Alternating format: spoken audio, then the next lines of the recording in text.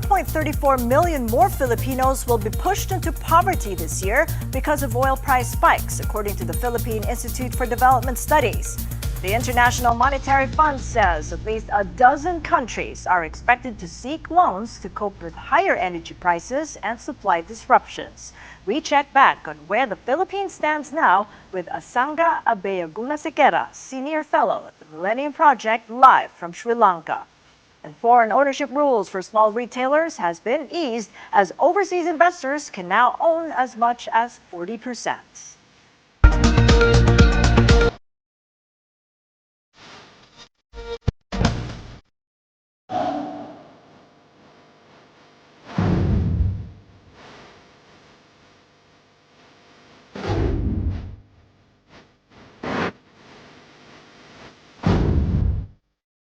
The Philippine Institute for Development Studies warns the oil crisis could push more Filipinos into poverty this year. PIDS Senior Research Fellow Jose Ramon Albert said around 1.34 million more Filipinos may fall below the poverty line, pushing the rate to 14.4% from 13.2% in 2025. This is under the current scenario where oil is at around $105 per barrel and a 35% pass-through effect. Under a prolonged crisis with oil at $125 per barrel, PIDS sees poverty rate exceeding 15%, with 2.35 million Filipinos newly poor. In a worse scenario of $145 per barrel, the rate may reach 16.3%, adding up 3.5 million Filipinos pushed into poverty. Meantime, we're just a few days away from any possible oil price rollback. That's as imported oil prices remained lower in recent trading compared to last week. However, Energy Secretary Sharon Garin told 1PH's Sa Totoo Lang it is still too early to say by how much prices could go down.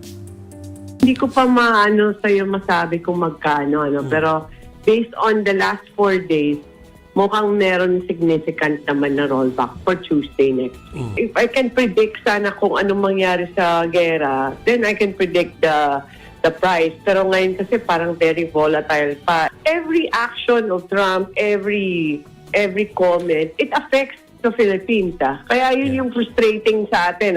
Yeah. Wala tayong kinalaman dun pero affected every household sa Pilipinas. And it is now the third day of the government service contracting program, but sign-ups remain limited. On day 2, only a few operators registered. That's after the Land Transportation Franchising and Regulatory Board, or LTFRB, released guidelines just on its first day, detailing how to join and which routes are covered. Some groups, including Pasang Mazda, say they are still waiting for clarity on when they can begin operations. For his part, LTFRB Chairman Vigor Mendoza said the second explained while the initiative was off to a slow start. Medyo mabagal po doon sa unang araw. We started off dito sa EDSA busway, tapos dito sa mga feeder routes. No? Pero matumal po ang pagrehistro ng ating mga operators sa ating online registration. So by the afternoon naman, medyo lumakas na. So hopefully by today, mas marami na po ang naka-service contracting. A senator has proposed reducing the value-added tax across all goods as a form of relief for the middle class. Senator Bam Aquino filed Senate Resolution 2047 seeking to trim VAT from 12% to 10%. He said the middle class continues to be squeezed as the Middle East conflict grinds on. Aquino stressed that the VAT reduction would stabilize consumer spending and give families more spending power. Business groups have earlier pressed the Marcos administration to cut VAT, but only for petroleum products. The International Monetary Fund says the Philippines is facing a difficult situation as rising energy costs from the Middle East conflict weigh on economic growth. IMF Managing Director Kristalina Georgieva said energy importing countries like the Philippines are more vulnerable. The IMF added that the impact is spreading globally, with at least a dozen countries expected to seek loans to cope with higher energy prices and supply disruptions. Georgieva said demand for financial support could reach between $20 to $50 billion and warned that supply disruptions may persist even if the conflict ends. The IMF is urging countries to conserve energy and avoid broad subsidies, warning these may fuel inflation and prolong the crisis.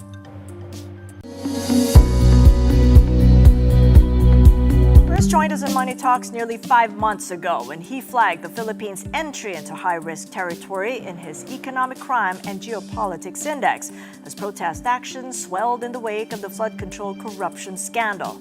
Now, with the Philippines under an energy emergency amid a conflict-driven surge in fuel, we ask where the country stands versus its ASEAN peers and what that means for markets, governance, and stability. Joining us live from Sri Lanka, the author of the newly published book, Winds of Change, Geopolitics at the Crossroads of South Asia and Southeast Asia, Asanga Abeyagunasekera. It's good seeing you again, Asanga, and in your home country, Sri Lanka. Thank you for having me. And congratulations on your new book. Let's just pick up on where we left off last November, Asanga, because when you were last on this program, you shifted the Philippines into high-risk territory.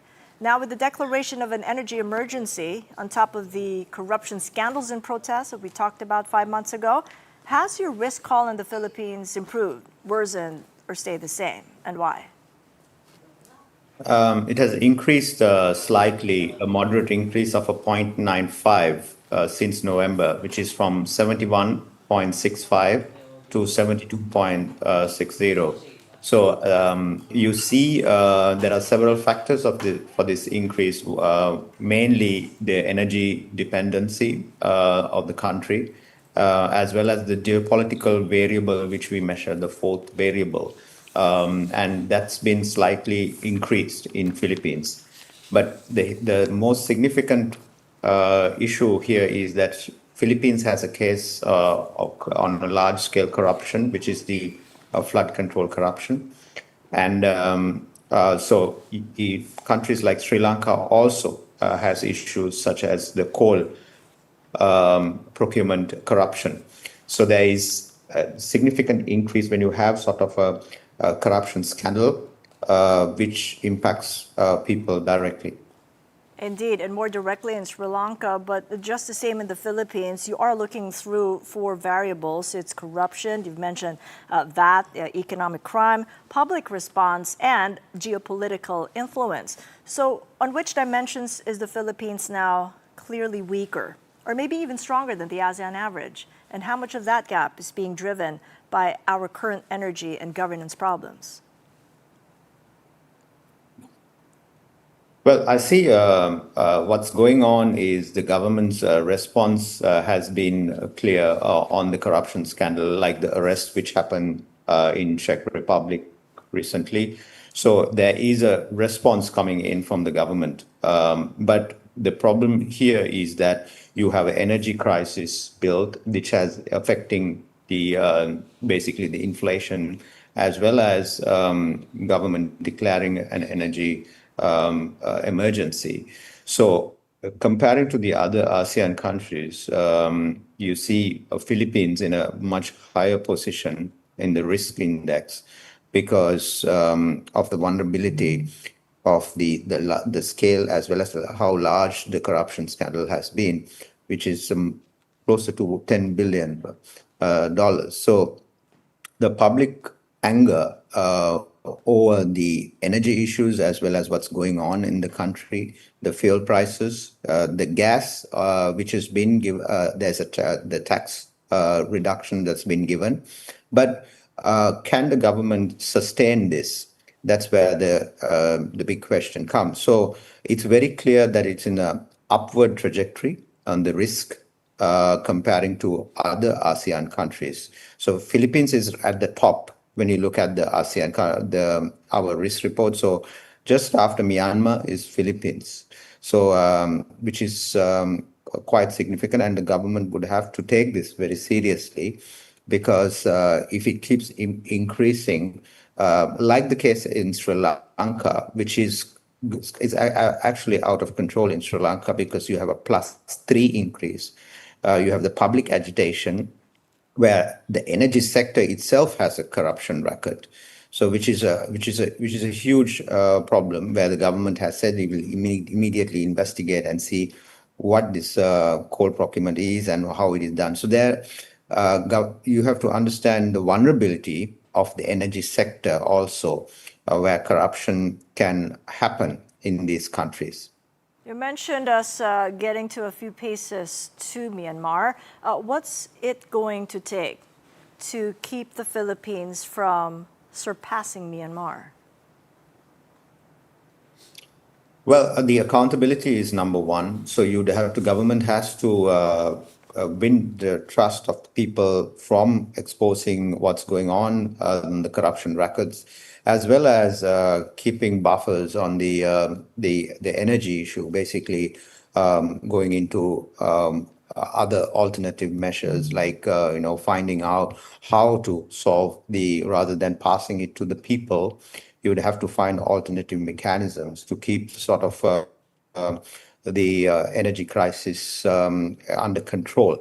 I see mechanisms that has been done, such as the committees that has been established, which are good things. But the structurally, there are weak points, such as countries such as Bangladesh, Sri Lanka, and many of those countries that have gone through the full cycle where people have come and protested, as well as removed those governments. I mean, you could see in the last few years this happened. So there is no guarantee that the people's agitation, anger can increase. That is the second pillar where we measure can go out of control completely, like in the other countries. But what will keep Philippines away from that is the democratic processes, the accountability, as well as you know discussing this with the general public on the corruption issues, that they are handling it really well, such as the arrest which happened. So that's a positive sign. Well, when you've got an economy that's got high debt levels and limited fiscal space, coming from the flood control corruption scandal, how much can still be done to convince the public that the government is doing something to help shield them from the energy shocks? There is not much, Cathy, in this case, because what you have is a global shock affecting the fiscal space of all the countries. So, like heavily energy dependent country like Philippines will have to sort of go through this situation, but it has to go through it with managing its crisis better. So how I think the transport sector, the most vulnerable in the society, the informal economy is much larger in these countries, such as even in Sri Lanka, the 60%, the large informal, where there is no guarantee for their jobs, as well as they dependent heavily on transportation. So you would have to manage it quite well, but the inflation keeps rising. I mean, you could see the central bank warning in Philippines. So that's very clear. It matches with our data, as well as the risk that we are flagging. So the government would have to find mechanisms, as well as solutions for the most vulnerable people, the socially vulnerable people of the country. So it's a larger a percentage. It is indeed, because when you expect this mix of political risk and an energy emergency showing up in the real economy and then showing up in food prices, what sort of a scenario are we facing? And we're not even talking about the FDIs, the ratings, the peso, or even delays and cancellations in infrastructure projects. Yes. So here the situation is that I was there in Thailand about a week ago.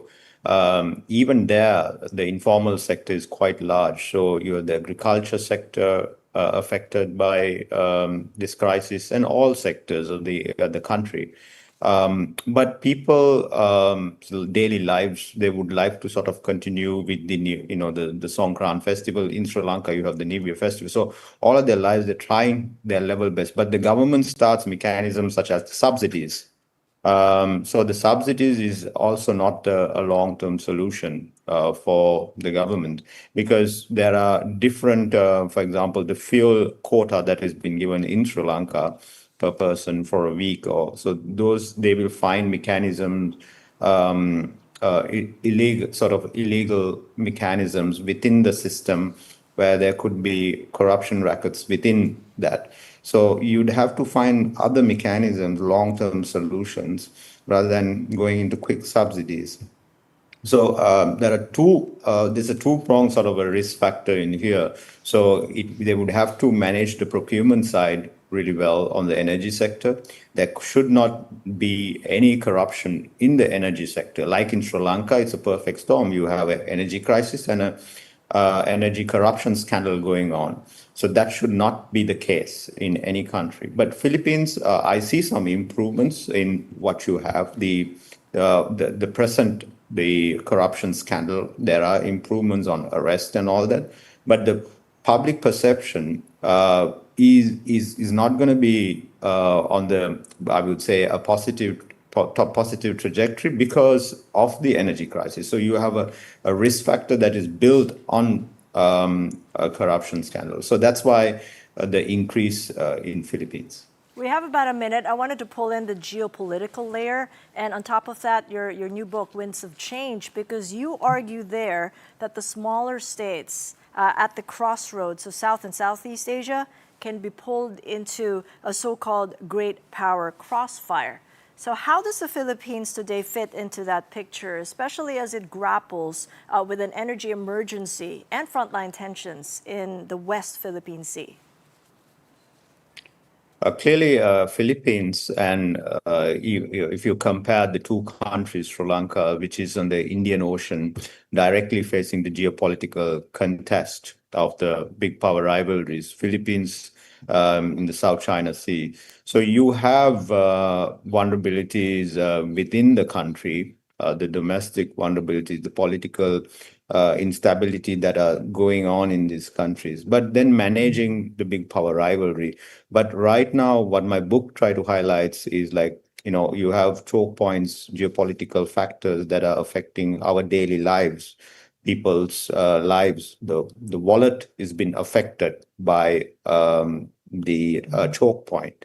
What Iran has done is a chokehold affecting the entire global economy.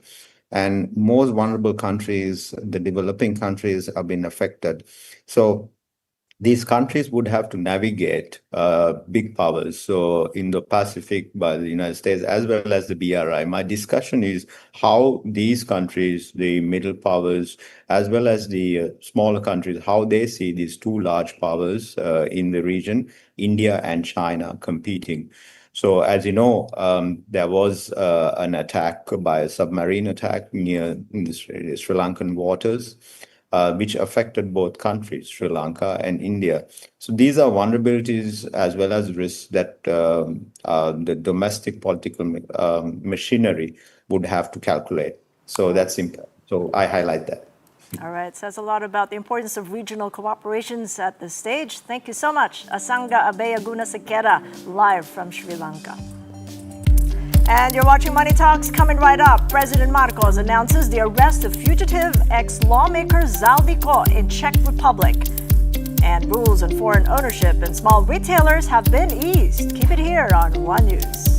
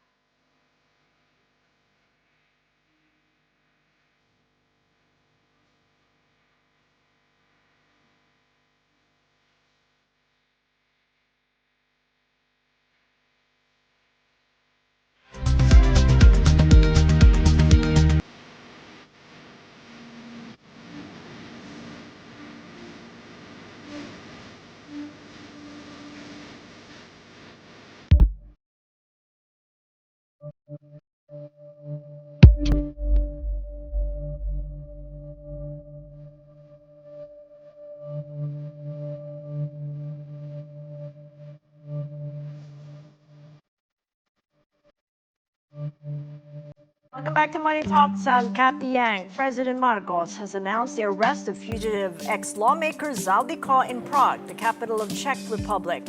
Marcos posted last night that Ko attempted to enter Czech Republic without proper documentation. Manila is now in coordination with its counterpart in Prague for Ko's return to the Philippines at the soonest possible time. In a new post this morning, Marcos said Ko was stopped at the German border after entering from Czech Republic. He was denied entry and is now staying with Prague authorities. Ko went into the U.S. in July 2025, supposedly to seek medical attention. He never returned to the Philippines, just as the flood control scandal was starting to unfold. Speaking before Good Morning Kapatid, Interior Secretary John Vic Rimulya shares how the arrest came to be and updates on Ko's status.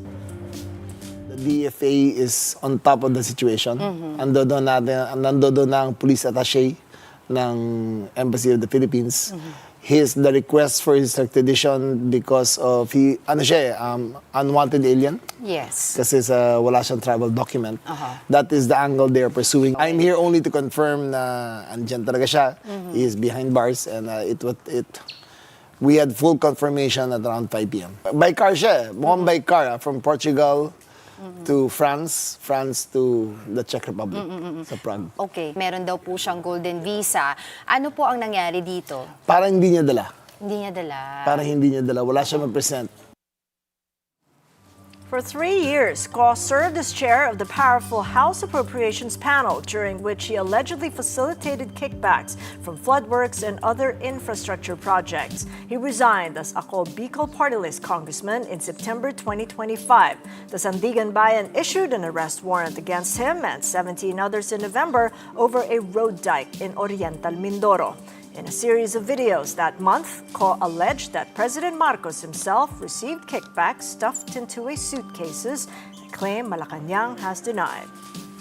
In other news, President Marcos has eased foreign investment rules, allowing up to 40% foreign ownership in small retail businesses. Under Executive Order 113, part of the 13th regular foreign investment negative list, foreign investors can now enter retail firms with capital below 25 million pesos, a change from the 2022 rules that fully reserve these for Filipinos. However, control must still remain with Philippine nationals in line with existing law. The updated list also allows up to 75% foreign ownership in select infrastructure projects, particularly those requiring specialized skills or technology. Furthermore, foreign participation is up to 40% now allowed in government procurement and even in certain defense-related industries, as the government seeks to boost investment and strengthen local capabilities. A 10-day ceasefire between Israel and Lebanon goes into effect, removing an obstacle in the fragile truce between the U.S. and Iran. Oil prices fall amid signs of a diplomatic breakthrough. Benchmark Brent crude trading at $98 per barrel, up 1.1%. West Texas Intermediate sitting at $93 a barrel, up 1.4%. Crowds in Lebanon erupted in cheers after the 10-day ceasefire kicked in. Israeli Prime Minister Benjamin Netanyahu says there's an opportunity to strike a historic deal with Beirut. The Iran-backed militia Hezbollah acknowledges the ceasefire but doesn't directly address whether it will abide by the truce. Meantime, U.S. President Trump has signaled the next round of talks between Washington and Iran may take place this weekend. In a sign of compromise, Tehran is willing to ship some of its uranium stockpile to Iranian sources tell Reuters. Another source says the visit of Pakistan's army chief made a breakthrough on sticky issues such as Iran's nuclear program. In an event in Las Vegas, Trump reiterates that the conflict that started with Netanyahu is coming to a close. I will say the war in Iran is going along swimmingly. We can do whatever we want.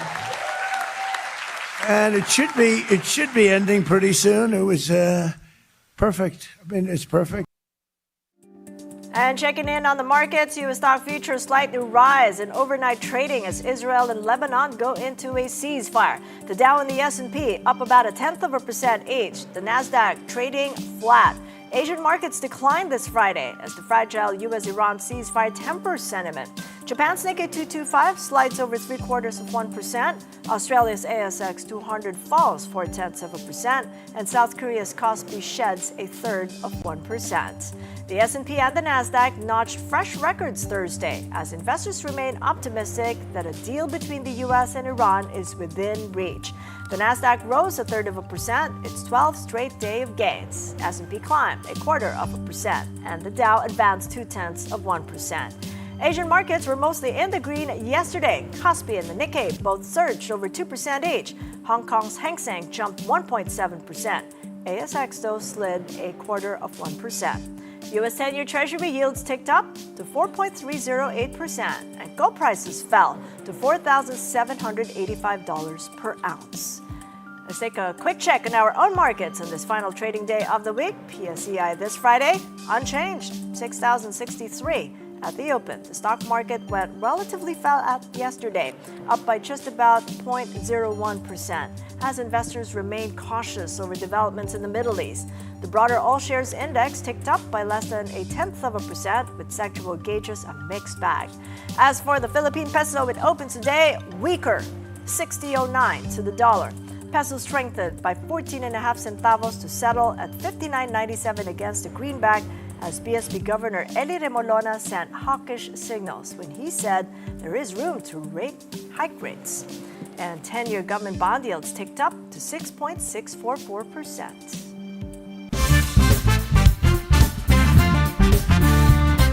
And before we go, here's a quick look at some of the films heading to the big screen this year. Street Fighter is making its return, this time from arcade to cinema. The first trailer teases high-stakes showdowns between Ryu, Ken, and Chun-Li, set in a new World Warrior tournament. The film features a stacked cast including Noah Centineo, 50 Cent, and Jason Momoa, and is set to hit cinemas on October 14th. And if you're up for a laugh, check out the next chapter. I got good news, y'all. Gathered here are the world's best fighters. I won't deny it, I'm a street fighter. But only one of which will be crowned the world champion of street fighting. Get to see those in 6 or 7 months. That is it for Money Talks. I'm Cathy Yang. Catch us again Monday, 9:30 a.m. Kapatid, we are one news, all sides, all the time. Have a great day and a great weekend ahead. I'll see you Monday.